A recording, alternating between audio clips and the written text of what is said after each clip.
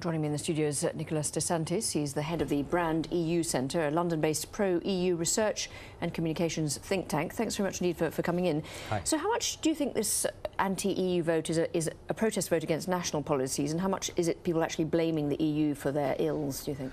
I think it's a bit of both. One is obviously a national vote against what's national parties and the status quo. And the other one is that people have actually gone to vote for a Europe they don't know, they don't understand. And the brand of Europe is a problem we need to fix. We believe there's an identity crisis with the European brand and we need to fix it.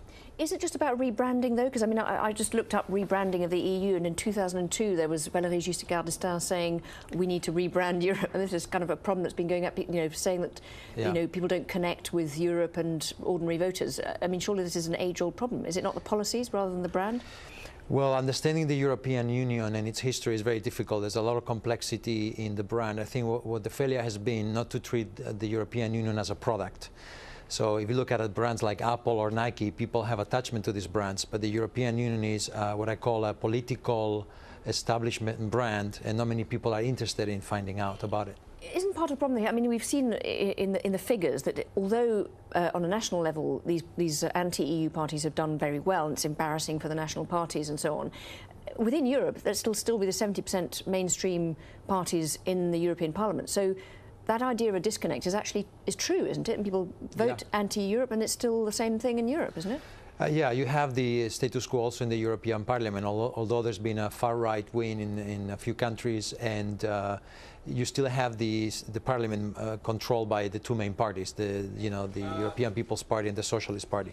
But that doesn't mean that we need to fix the issue with Europe relating to what's happening with its identity. If you think what's happening in the UK with the potential scenario of Scotland leaving the United Kingdom, or Catalonia trying to secede from Spain, you have a potential breakup of Europe coming up. And so you think that that's the sort of longer-term consequence, even though we don't see the sort of signs of it initially in Europe at the moment, is a breakup of the EU on the cards? How soon then? Well, if there's still a misunderstanding and people fear what they don't know, and I don't think people really understand what the European Union is doing. First of all, it's maintaining peace in Europe for 70 years. And then there's a lot of benefits the European Union creates. But of course, what UKIP has used in this country is everything that is negative and a lot of lies about the European Union, like the fact that they say Brussels dictates 70% of our loads. That's a lie. Or the fact that there is huge hordes of immigrants coming to our shores. That's another lie. So, there's been a lot of scaring people tactics to win these elections. It's not really good. OK, Nicolas De Santis, thanks very much indeed for coming to talk to us. Thank you, Lauren. And that's the latest from me and the team here in Europe. Back now to Folly in Doha.